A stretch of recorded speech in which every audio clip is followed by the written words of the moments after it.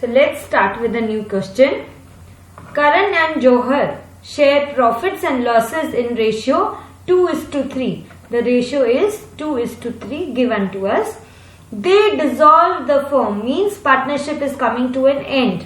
On 31/3/2015, their balance sheet is as follows. Okay.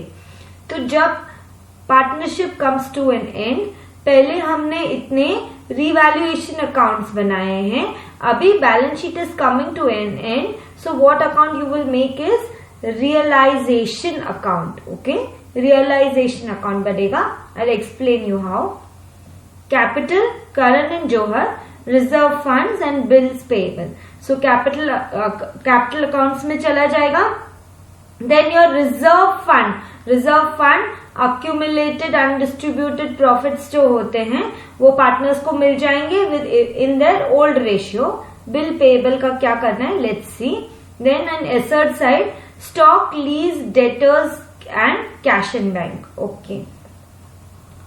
Further information, debtor realized only 42,000. Okay, so mark the debtors. 45,000 के थे, 42,000 मिला. Lease sold for 11,000. Lease 10,000 की थी, so profit on sales sold for 11,000.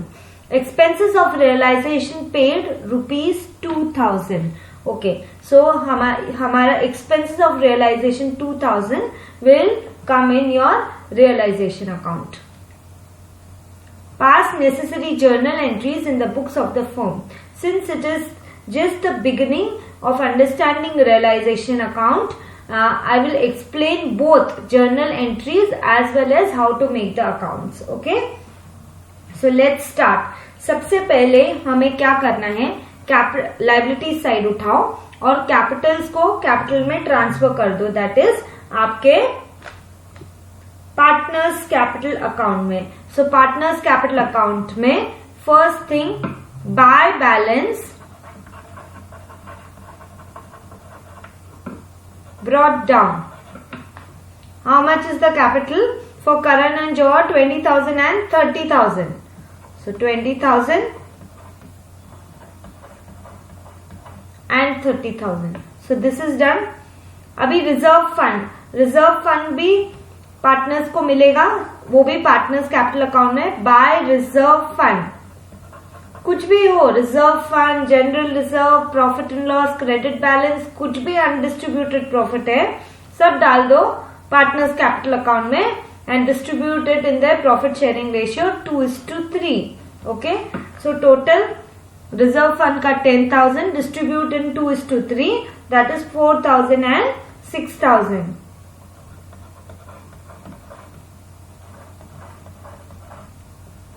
Okay, now अब क्या करेंगे. Now जो भी आउटसाइड लायबिलिटी है या आपके एसेट्स हैं other than your cash in bank, all will go to realization account. देखो, क्रेडिट साइड में बिल्स पेएबल 26,900, तो आप चाहिए रियलाइजेशन अकाउंट में क्रेडिट साइड में bills payable, by bill payable 26,900. Okay, now start with the asset side. जो भी asset है except your cash and bank, वो सब आपको ट्रांसफर करना है to your realization account. So assets का डेबिट बैलेंस होता है, सबको डालो डेबिट साइड में. वैसे भी आप देखिए, यदि यहाँ रियलाइजेशन अकाउंट है तो क्रिस क्रॉस जाना है. लाइबिलिटीज का जो भी साइड में लिखा हुआ है वो सब जाएगा क्रेडिट साइड में, और एसेट्स में जो भी लिखा हुआ है वो सब चला जाएगा डेबिट साइड में. Criss cross here. Okay, so stock 22,900. So in your debit side stock 22,900. Then lease 10,000. So एक बार एज इट इज डालो. To lease 10,000. Then you have sundry debtors 45,000. So 2 debtors 45,000. सारे assets and liabilities other than your cash in bank in your asset side, capital end funds जो कि undistributed profit है उसको छोड़ के सब कुछ रियलाइजेशन अकाउंट में डालना है. सो डेटर्स डाला 45,000. कैश इन बैंक अलग से बैंक अकाउंट बनेगा जिसका ओपनिंग बैलेंस हमारे पास दिया हुआ है 9,000. So this is done. Now let's see कि किससे क्या रियलाइज हो रहा है, right. So further information, debtors realised only 42,000. अब भी आपने सारे एसेट्स डाल दिए रियलाइजेशन अकाउंट में. सो अब आप ऐसे नहीं करेंगे cash account debit to debtors. No, debtors already realisation में जा चुके हैं. So your entry will be cash account debit और bank account debit to realisation. यहाँ कैश एट बैंक लिखा हुआ है. सो हम जो भी हमको एसेट से मिल रहा है हम क्या करेंगे रियलाइजेशन अकाउंट में by bank, because the entry will be bank account debit to not the assets, they have already been transferred to realization account. Bank account debit to realization account. So by bank how much, देखो first है हमारा stock 22,900. Now since stock के लिए कुछ भी नहीं दिया है, so for Maharashtra board will say कि जो अमाउंट था वो हमको एज इट इज आ गया है 22,900. सो बाय बैंक में आप इनर कॉलम में लिख सकते हो stock 22,900. Okay, and same thing क्योंकि कुछ इंफॉर्मेशन नहीं है, हैड दिस बीन सीबीएसई और आईसीएसई बोर्ड तो फिर आपको क्या करना पड़ता, आप बोलते कि यदि एसेट्स के लिए कोई इंफॉर्मेशन नहीं दिया तो नील है और लाइबिलिटीज के लिए कोई इंफॉर्मेशन नहीं दिया तो मुझे फुल पेमेंट करना है. So this solution with Maharashtra board कि हम लोग स्टॉक जो है उसको पूरा का पूरा यदि कुछ इंफॉर्मेशन नहीं दिया तो पूरा मिल गया मुझे book value 22,900. Okay, now next is lease 10,000 पर उस पर मार्क है. सो लीज में मुझे 11,000 मिला है. So in the inner column lease 11,000 क्योंकि लीज का 11,000 मुझे मिला है. So lease 11,000. Then sundry debtors, debtors का मुझे कम अमाउंट मिला है. It has been given in the other information. Debtors realised only 42,000. So debtors 42,000 over here. Take the total 42,000 plus 11,000 and plus 22,900 that comes up to 75,900. तो इतना पैसा मिल गया 75,900. साइमल्टेनियसली बैंक में एंट्री करोगे bank account debit to realization. How much? 75,900. Even if journal entries पूछी है तो भी रियलाइजेशन अकाउंट का प्रॉफिट या लॉस के लिए आपको रियलाइजेशन अकाउंट तो बनाना ही पड़ेगा. आप उसको वर्किंग में बनाओगे. सो जर्नल एंट्रीज पूछी है तो भी realisation account is required that you will have to make in working. Okay, so ये हो गया आपके डेटर्स का, आपके debtors and stock and lease का. जस्ट बोर्ड का डिफरेंस ये है कि यदि एसर्ट में कुछ नहीं एडिशनल इंफॉर्मेशन है about what they are realise, so for CBSE and ICSE board you will take it as nil. Otherwise for your Maharashtra board you will take it as it is क्योंकि कुछ नहीं दिया है, मतलब एसर्ट भी पूरा रियलाइज हो गया है अदर देन योर इनटेंजिबल एसर्ट, वो इस क्वेश्चन में है ही नहीं. Okay, so this expenses of realization paid 2,000. So realization account debit to bank, expenses of realization. So to bank, expenses of realization amounting to 2,000. So this is expenses, and realization account debit to bank means by realization. Expenses how much? 2,000. Okay, expense of realization भी हमने डाल दिया. Now और कोई entry बची नहीं. So let's close the realization account. Okay, before that bills payable का other information कुछ दिया नहीं है.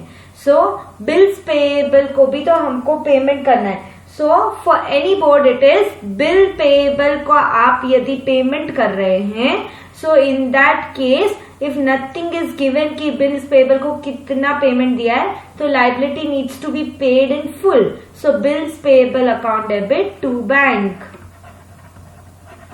26,900. ये हर जगह सेम है, आप कोई से भी बोर्ड में हो. Bills payable to bank 26,900. So bills payable to bank by bills payable. Liability के लिए अदर इंफॉर्मेशन नहीं है, उसको पूरा पेमेंट करो. Okay, 26,900. So this is also done. Now realization account आपका हो गया. अभी इसको क्लोज करो. So which side is higher?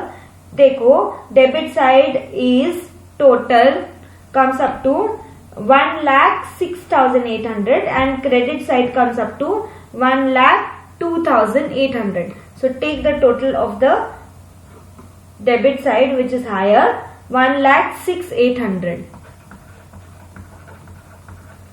minus 1,02,800. That comes up to 4,000. So it is by partners capital account.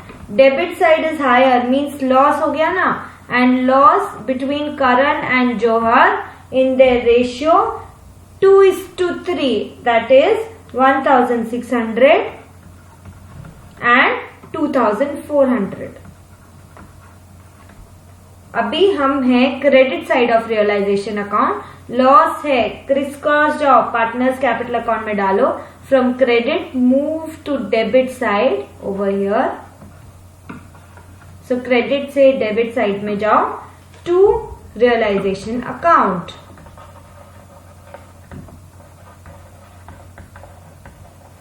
How much loss? 1,600 and 2,400. Okay, this is there. Next, once you have closed the realization account, profit loss पता चल गया हमको, हमने reserve fund भी distribute कर दिया है.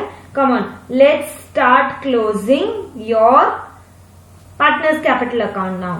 So take the total of your credit side. 20 plus 4, 24,000 and 30 plus 6, 36,000. 24,000 and 36,000. Okay, so balance will be, you will be paying it to the partners. So partners capital account debit to bank. This will be your balancing figure. And how much? 24,000 minus 1,600, 22,400. And 36,000 minus 2,400, 33,600. Partners capital account debit to bank. So by partners capital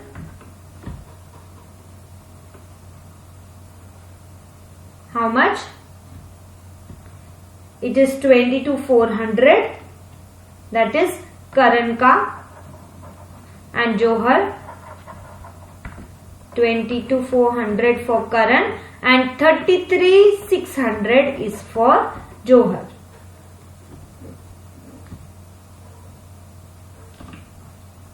okay, so check, आपका सारा entries गया. Bank जहां भी आपको दिख रहा है, realization account debit to bank means ये 2,000 is here, and then again bank 26,900 is here, then by bank account debit to realization. तो ये posting 75,900 is here, and then balance, opening balance तो होता ही है. Then bank is here, partners capital account, so partners capital account debit to bank, all the entries are here. So now the bank account should tally 75,900 plus 9,000 comes up to 84,900. 2,000 plus 26,900, 22,400 and 33,600, 84,900. आपका cash और bank account should always tally. इसका मतलब आपका solution correct है. Okay, सो इसमें समझा सारे के सारा ये रियलाइजेशन अकाउंट एक पूल है. इसमें सारे के सारे आपने एसेट्स डाल दिए other than your cash in bank. Capital को पार्टनर्स कैपिटल अकाउंट में डाला, रिजर्व फंड को प्रॉफिट शेयरिंग रेशियो में पार्टनर्स कैपिटल अकाउंट में लेके गए. चाहे जनरल रिजर्व हो तो भी यही करना है, P&L हो तो भी यही करना है. ओके, नाउ आउटसाइड जो भी लाइबिलिटीज है, जैसे इस केस में बिल्स पेबल 26,900, तो उसको इधर लेकर आ जाओ. Okay, this is done. And उसके बाद आप एसेट्स को रियलाइज, जैसे एसेट्स को मार्केट में बेचा तो जो भी एंट्री है, अब remember this, bank account debit to assets नहीं करोगे, ऑलरेडी रियलाइजेशन में गया. So bank account debit to realization account, और इनर कॉलम में लिख दो कि क्या क्या अमाउंट किस किस से रियलाइज हुए. That's it. ये आउटर कॉलम में लेके गए. एंड फिर बिल जो भी एक्सपेंस जो भी आपकी लाइबिलिटीज है उसका पेमेंट का एंट्री कर दो. Okay, that is done.